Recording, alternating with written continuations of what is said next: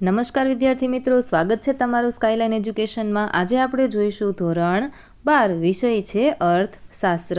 જુલાઈ 2024 માટેનું આ પેપર છે, બરાબર। આપણે તેનું લેખિતમાં સોલ્યુશન કરવાના છીએ, વિકલ્પો અને મોટા સવાલો બંનેનું, બરાબર। તો આ વિડીયોને અંત સુધી જરૂરથી નિહાળજો।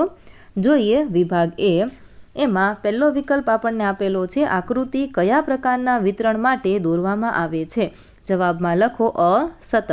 બીજું, આજના સમયમાં ઇન્ટરનેટ માટે કયું વિધાન સાચું છે? જવાબમાં લખો અભ્યાસ માટેનું એક સાધન છે। ત્યાર પછી ત્રીજું, આર્થિક માહિતી અંગેની ડેટા સીડી કોણ તૈયાર કરે છે? જવાબમાં આવશે સી, પ્રયોગશાળાઓ।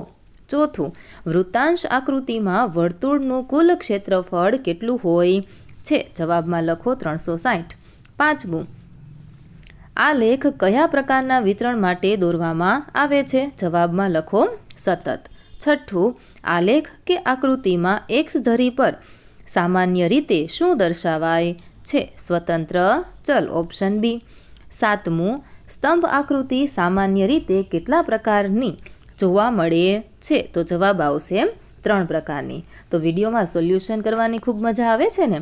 તો આગળ વધીએ એ પહેલાં આ વિડીયોને લાઇક કરી તમારા મિત્ર સાથે વોટ્સએપ પર આ વિડીયોની લિંકને જરૂરથી શેર કરી દેજો। આવી જ રીતે બીજા સોલ્યુશન જોવા છે ને તો ચેનલને સબસ્ક્રાઈબ જરૂરથી કરી રાખજો, અને હા, કમેન્ટ કરવાનું ભૂલશો નહીં।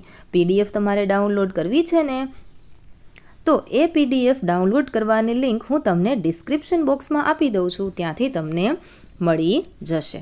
ચાલો આગળ વધીએ। 8મો પ્રશ્ન, નીચેનામાંથી બીજા વિશ્વયુદ્ધનો સમયગાળો કયો છે? તો 1939થી 1944। 9મું, આર્થિક વૃદ્ધિનો પ્રશ્ન મુખ્યત્વે કેવા રાષ્ટ્રોના પ્રશ્નો સાથે સંકળાયેલો છે? જવાબમાં લખો વિકસિત। 10મું,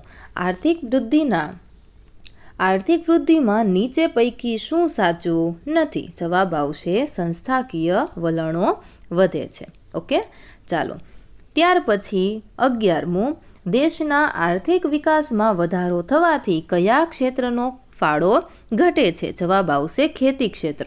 12મું, વિકાસ એ બહુપરિમાણીય પ્રક્રિયા છે, આ વિધાન કોણે રજૂ કર્યું છે? જવાબની અંદર લખો ટોડેરો। 13મું, 2014માં માનવ વિકાસ અહેવાલ મુજબ ભારતની માથાદીઠ આવક કેટલા ડોલર હતી? જવાબ આવશે 5497, એટલે કે ઓપ્શન ડી। 14મું, 2014માં માનવ વિકાસ આંકની દ્રષ્ટિએ વિશ્વમાં પ્રથમ સ્થાન ધરાવનાર દેશ કયો હતો? જવાબમાં લખો નોર્વે। 15મું, માનવ વિકાસ આંકનું મૂલ્ય કેટલું હોય છે? તો 0 થી 1ની વચ્ચે। તો વિભાગ એનું સરસ મજાનું સોલ્યુશન થઈ ગયું ને? તો હજુ જે વિદ્યાર્થી મિત્રોએ લાઇક ના કરી હોય એ ફટાફટ લાઇક કરી દે, વિડીયો છે વોટ્સએપ પર શેર કરી દે, PDF ડાઉનલોડ કરવાની લિંક ડિસ્ક્રિપ્શન બોક્સની અંદર આપેલી છે, ત્યાંથી ડાઉનલોડ કરી લેજો, અને હા, બીજા સોલ્યુશન માટે ચેનલને સબસ્ક્રાઈબ કરી લેજો, અને કમેન્ટ કરવાનું ભૂલશો નહીં। રેડ હાર્ટ જરૂરથી કમેન્ટમાં જણાવજો। જોઈએ આપણે હવે તો કે એક વાક્યના જવાબ આપો એવું લખેલું છે। જોઈએ આપણે પહેલો સવાલ, આકૃતિ એટલે શું? તો જવાબમાં લખો અવલૌકિક માહિતીનું ચિત્ર દ્વારા પ્રતિનિધિત્વ એટલે આકૃતિ। બીજું છે સ્તંભ આકૃતિ એટલે શું? ચાલો આપણે લેખિતમાં જ જવાબ જોઈ લઈએ।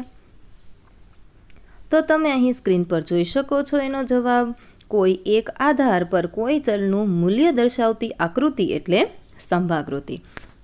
ત્રીજું છે CSOનું પૂરું નામ લખો, એ કમેન્ટમાં જરૂરથી જણાવજો। CDનું પૂરું નામ આપણે અહીં લખેલું છે। ત્યાર પછી ચોથું, ઇન્ટરનેટ એ કઈ ટેકનોલોજીનું સ્વરૂપ છે? જવાબમાં લખો ડિજિટલ। 5મું, આલેખનો ઉપયોગ ક્યાં થતો નથી? તો સામાન્ય જનતાને માહિતી આપવા માટે આલેખનો ઉપયોગ થતો નથી।